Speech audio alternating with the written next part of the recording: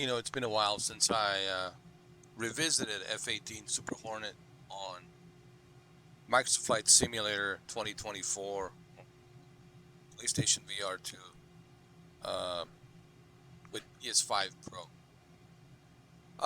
How realistic is this? Well, I can tell you certainly, and I have spoken to a lot of ex-Air Force pilots on the YouTube, and they said it's not as good as Eagle Dynamics, um, DCS, Digital Combat Simulator World. Obviously, Eagle Dynamics makes the most accurate version of the F-18 Super Hornet, but they said for a Microsoft Flight Simulator, it's pretty similar. It's pretty identical. Um, and they said when you are flying, it certainly has that same feel. But the experience of course, flying a real jet, it's not something that any software simulator can replicate. That's something that you have to experience, the adrenaline rush. That's what they're saying. The breathing, everything, all of that. Feeling the G's, all, and all that pressure, right? But anyway, so PlayStation VR 2 right now, it's probably the best way for you uh, to experience Microsoft Flight Simulator. And that's what we're going to do right now. We're going to take off from LAX.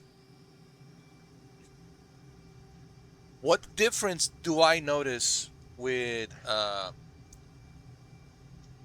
PS5 Pro version? With the PS5 Pro version, what I have noticed, and this is just my opinion, I have noticed that the game runs smoother. Okay? What do I mean by smoother? Meaning that it doesn't stutter. I don't see any like stutter or like slowdowns as, for example, like in a regular PS5 version. I noticed that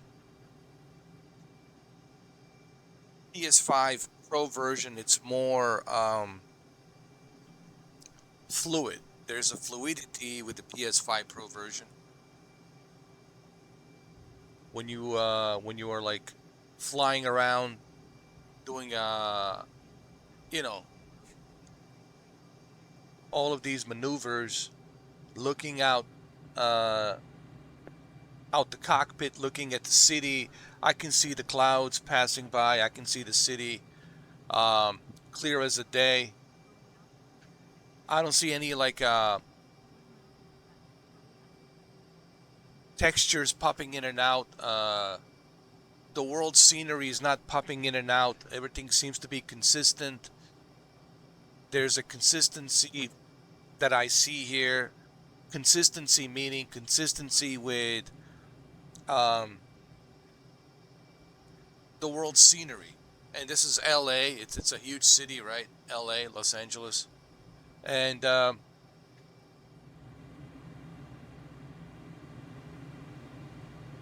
there seems to be a good consistency with the scenery. And that's what you want. You want now some people say, but what about the resolution?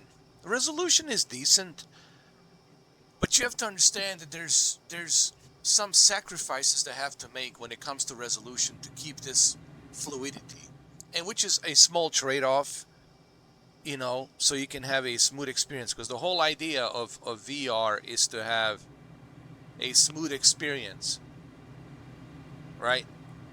And that's what I'm getting here. I'm getting a smooth experience because that's how it's supposed to be, right? Especially when you're flying a F-18 Super Hornet jet, you want this to be fast, right? So there's a little bit of a trade-off that you get. Not too much, but just a little bit of a trade-off that you get. Let's do the afterburner. What I mean by trade-off, the resolution is still good. It can be blurry at times, but it's still good. But the trade-off is very smooth, fast experience in VR. And that's what you want. You want that smooth consistency, right? You want that smooth consistency in terms of frame rates. And that's what you're getting here. Even with the afterburner, look at this. Look at that.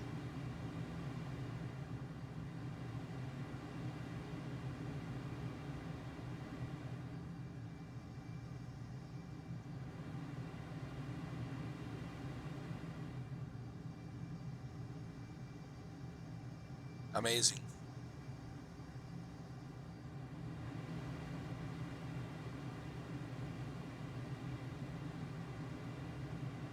Whoa! Whoa! Whoa! Let's restart. Oh my God. I didn't realize I had the afterburner on. Oh my Lord. Let's restart the flight. Let's do it again. But let's do it differently this time. Let's mix it up a little bit. Let's do it like in the morning, right? Let's change the all right, let me move out a little bit so you guys can see a little bit better. Let's change the time, the weather. Okay, let's do it custom. Let's do it like in the morning, like like early in the morning.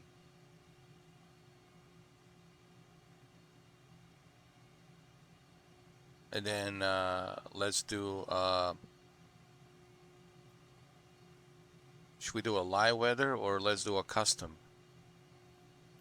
Let's do a custom weather. Let's do scattered clouds like this, or maybe uh, broken clouds. No, let's just do it a few clouds, like a few clouds here and there. Let's just keep it like that. Okay, how about that?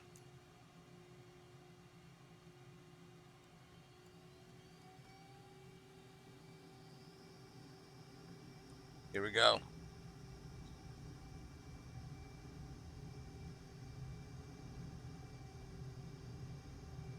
Like I said, resolution, it's a little bit blurry.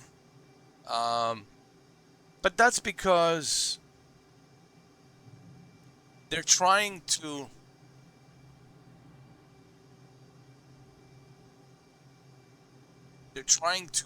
keep the consistency with the performance. And I agree on that. Yeah, it's a little bit of a trade-off. You have to adjust your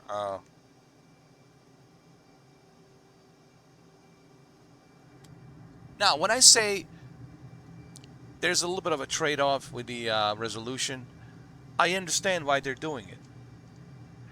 I completely understand why they're doing it. They're doing it because they know they need to keep a consistency with a performance. Okay, look how beautiful this feels like I'm really flying around the Los Angeles city. Look how beautiful that looks, man.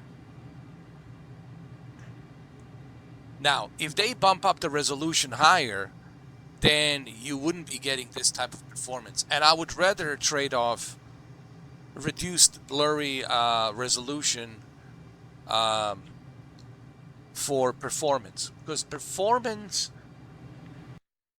Oh no, and it crashed. Oh well. Oh well. Well. Okay. Well, the game crashed.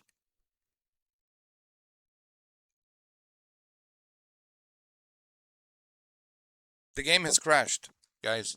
I don't know if you guys can see it, but the game has crashed. The VR the VR has crashed, unfortunately. I don't know what happened. Um, come on, Asobo, what's going on? I was just saying good things about you guys, and this is it.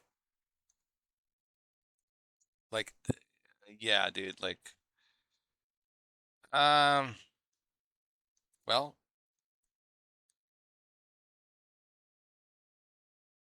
what can I say? You know, uh, look, listen, they're still working on it. They're still trying to figure out like the sweet spot for the VR. But unfortunately, you know, it happens. It crashed. Look, this happens. All right. What I'm trying to say is, as long as they can keep that consistency, that you know, 60 frames per second performance. I don't care if it's a little bit blurry, because remember the whole idea of VR is to be natural. Like everything has to feel natural, just like in real life. Because if it doesn't feel natural, if it feels it's like 20 frames or 30 frames, and it's constantly, a variable frames, then it doesn't feel real. So that's what they're trying to do. They're trying to find that sweet spot to make it, steady performance. And well, as you can see, it crashed. But these things happen, obviously.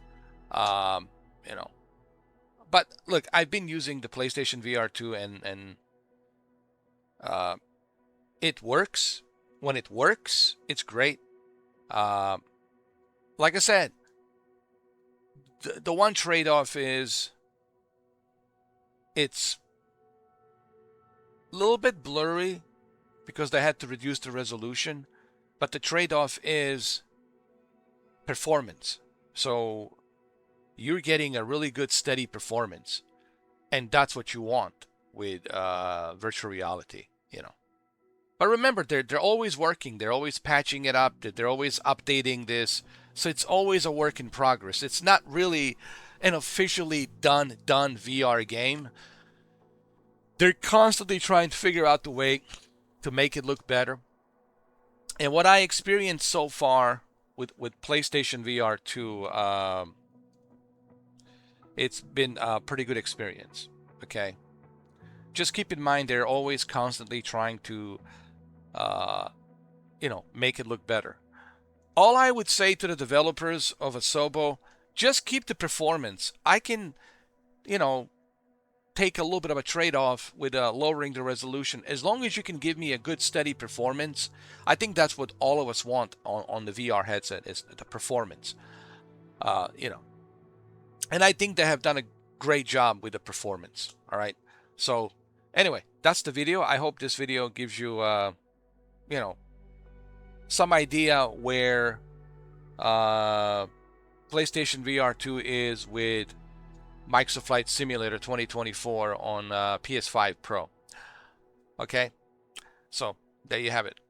People ask me, do you see any difference between PS5 Pro and the regular base PS5?